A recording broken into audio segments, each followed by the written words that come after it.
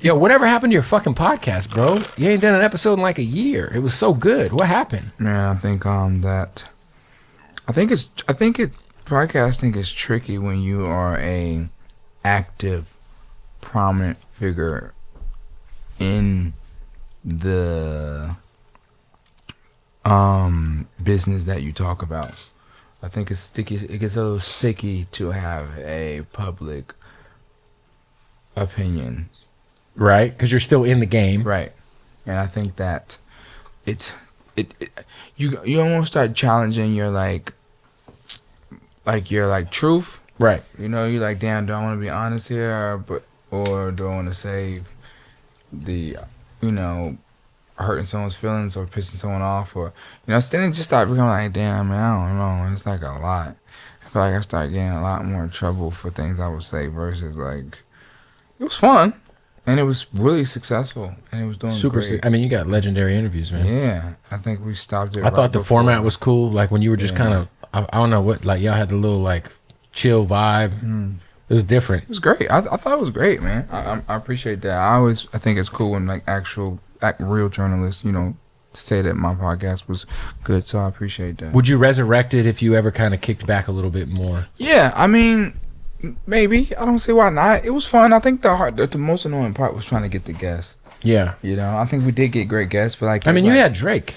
Yeah. Which a lot of people. 2 Drake interviews. We never even put the second one out. We had a second Drake. Wait, you didn't put out a second Drake interview? It was right before the Kendrick thing. Right before the Civil War? Yeah, so we never put it out. It was good too. It was really funny. It was. Did you guys talk about the Civil War? No, it was right before. Oh, so it was like it almost wouldn't make sense to put it out. Yeah, because it was right. It was such a funny interview. We never put it out. Oh. Yeah, I was sitting in the middle of the arena. Was there any other interviews that just never made the upload? No, I think we had one more, but I think the Drake one was our next one, and we that thing happened, and then things happened, and then boom. Yeah. Yeah. Do you feel like that whole situation kind of puts you in a weird place because you're friends with everybody? I feel like you're such a lovable guy, and like you obviously get mentioned in Euphoria, and like I can just imagine being in that position. I don't think it put me in a weird place. I was with Drake, For sure. So like it wasn't like a limbo. Well, just the totality of it. Just take out the Kendrick Drake part. It was so many people involved, and I think it's a sticky situation, that I realized it's beyond me, and I try to stay out of it for real. I think you did a good job though of kind of. Yeah, I mean, there's reason.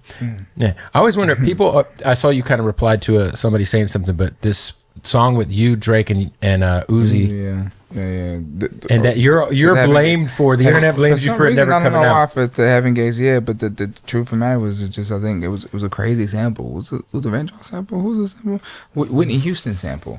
I believe Janet Jackson or something I think crazy. It's Whitney Houston, but people, I don't remember. I said something about the record because I have a verse. There's a version where I have a verse on it, and I said that, and I think people started saying I'm the reason the song never came out. But like, people gotta understand, man. The boy's a grown man. Yeah, man he didn't ask me for no. He wasn't coming to me for no advice on. I mean, like stuff like I don't know why people just think like I was the person influencing him to do all these things, the internet's a silly place.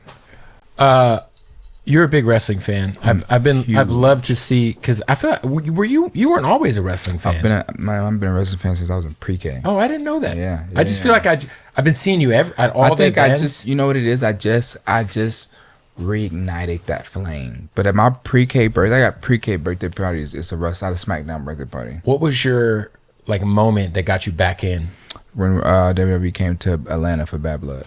Ooh, which was 2 years ago. Bad Blood was good. Yeah, it was when they came to Atlanta for Bad Blood, and that was my first real WWE promotion. I had been to independent promotions, but that was my first WWE promotion, which is the big leagues, and it was awesome. I mean, I hadn't watched it in years, and it was Peter was there, Rosenberg. Shout out to Pete. And after that day, I hadn't missed a show. So since Bad Blood Atlanta, I'm seeing You go to all the PLEs? I try to, if it makes sense. I don't go to all of them, but I go to a good amount. Yeah, like a Royal Rumble and Riyadh's. That's a commitment. That one I didn't do that, but I will be at the Elimination Chamber in Chicago. That's gonna be fire. Yeah, AJ Lee's making a return. If you had to compare the Concrete Boys to a WWE stable, could be old school, could be new school. Who would it be? Oh my Jesus. Man, that's interesting. I think I would say I would compare DC to The Godfather. You know, you got a hoe train? Yeah, that's what The Godfather. Big Pimpin'. He came out with like all the girls. I compare Camo to Shelton Benjamin.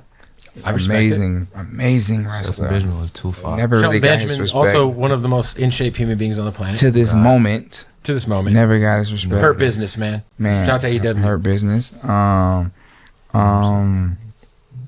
would compare